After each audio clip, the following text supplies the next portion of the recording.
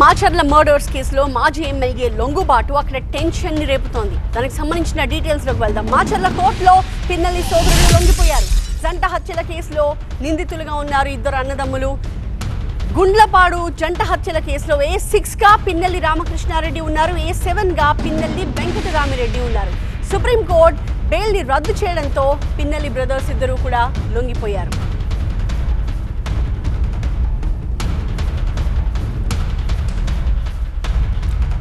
పిన్నెల్లి సోదరుల లొంగుబాటు నేపథ్యంలో అక్కడ సిచ్యువేషన్ వివరించడానికి మా ప్రతినిధి వసంత్ మనకి లైవ్ లో కనిపిస్తున్నారు. వసంత్, ఇద్దరి లొంగుబాటు నేపథ్యంలో అక్కడ ఎలాంటి సిచ్యువేషన్స్ క్రియేట్ అయ్యాయి? ప్రస్తుతం అంతా కంట్రోల్లోనే ఉందా?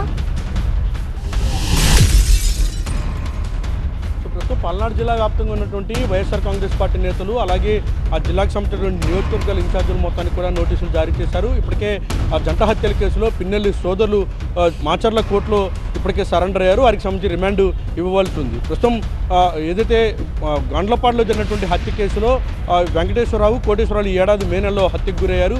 ఈ కేసులో పిన్నెల్లి రామకృష్ణారెడ్డితో పాటు పిన్నెల్లి వెంకటరామరెడ్డి సోదరులకు సంబంధించినటువంటి ఇద్దరిపైన కూడా కేసులు నమోదయ్యాయి. ఈ కేసులో ఇప్పటికే హైకోర్టులో బెయిల్ డిస్మిస్ కావడంతో సుప్రీంకోర్టును ఆశ్రయించారు. అయితే సుప్రీంకోర్టు బెయిల్ పిటిషన్ డిస్మిస్ చేయడంతో ప్రస్తుతం ఈరోజు కోర్టులో సరెండర్ అయ్యేందుకు వస్తున్నటువంటి క్రమంలోనే ప్రస్తుతం జిల్లా వ్యాప్తంగా కూడా హై అలర్ట్ ప్రకటించడంతో పాటుగా మాచర్ల టౌన్ మొత్తాన్ని కూడా పోలీసులు తమ ఆధీనంలో తీసుకున్నారు. 144 సెక్షన్ అమల్లో ఉంచడంతో పాటుగా గుమిగూడకుండా పార్టీ నేతలు, కార్యకర్తలు ఎవరు కూడా కోర్టు పరిసర ప్రాంతాల్లో కావచ్చు, అలాగే ఆ పిన్నెల్లి రామకృష్ణారెడ్డి నివాసానికి కూడా రాకుండా ఎక్కడికక్కడ అడ్డుకునే ప్రయత్నం కూడా చేశారు. ప్రస్తుతం ఆ పిన్నెల్లి సోదరులు ఇద్దరు కూడా కోర్టులో సరెండర్ అయ్యారు. మరికొద్ది సేపట్లోనే వారికి సంబంధించినటువంటి రిమాండ్ న్యాయమూర్తి అయితే ఇవ్వబోతున్నారు.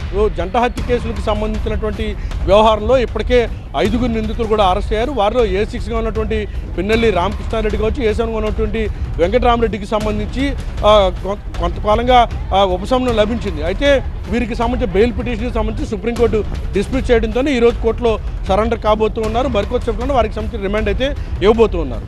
Thank you Vasant.